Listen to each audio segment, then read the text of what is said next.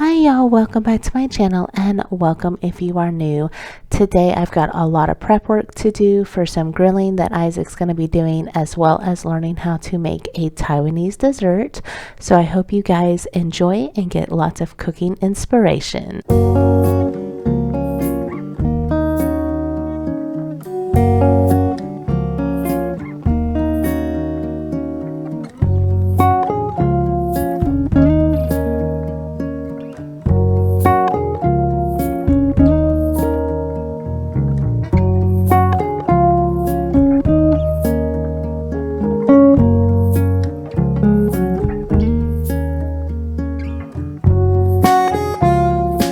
So here I'm just deciding what meats I want to have cooked because I didn't think that far ahead, and I just told Isaac when he came into the kitchen, hey, this is the meat that I want to go ahead and put on the grill, so season it up and do that for me. And he just went, okay.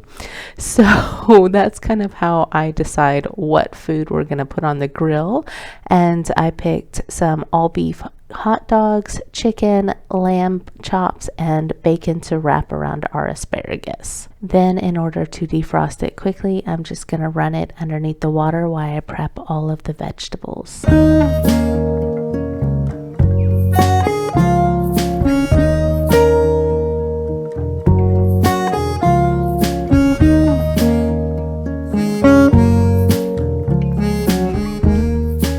So I'm just cutting all the zucchini and squash into quarters, mainly because this makes it very easy for Caden to eat. And I'm still a little bit cautious because I just don't want him to choke on anything. So even though he's 3 years old, I'm still cutting things into bite-sized pieces. Let me know down in the comments if you guys do the same thing with your kids.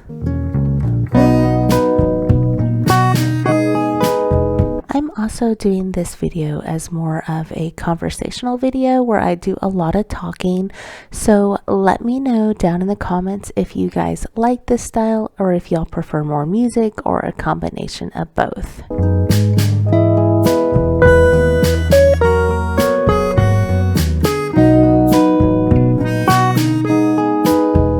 So I know I said that I cut things into bite-sized pieces for Caden, but he's not a huge fan of cooked carrots, so these I cut a little bit larger. That makes it easy for us as the adults to eat.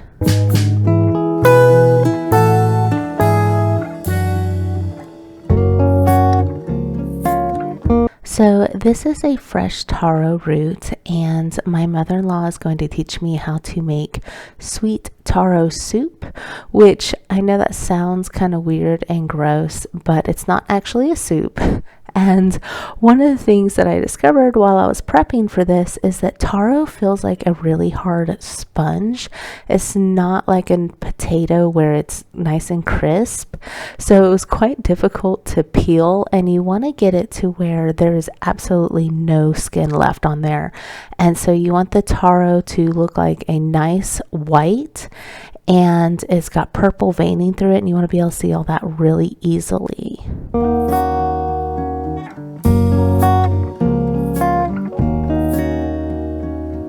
So as you see here, I'm skinning the taro twice because the first go around left residue on there, and then my mother-in-law is going to teach me how to cut it, and she ultimately does it in 6. So you slice it off and then cut that in half and cut those into quarters, so you end up with 6 pieces per slice, and this just makes it really easy to get cooked.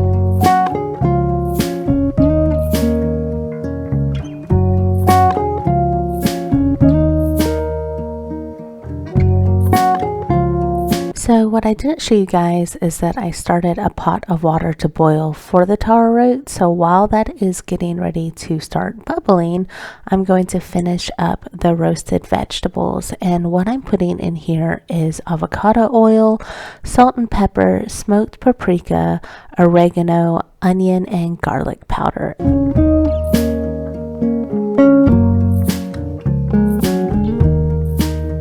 I then go ahead and put these vegetables into foil and make a little pouch.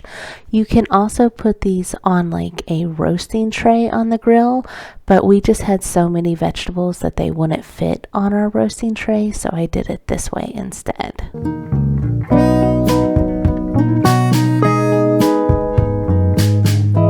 Time to boil the taro.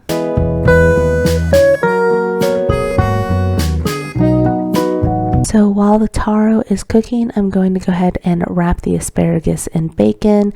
And if you guys have not tried grilled asparagus with bacon, you've got to try it. It is so good. Okay, so now the taro is done cooking, and you can tell because it actually starts to crack and peel, and you can easily put a chopstick or fork through it. You kind of want it to be the texture of a cooked potato on the softness, and then you go ahead and add some sugar to your own personal taste to the water and a little bit of salt.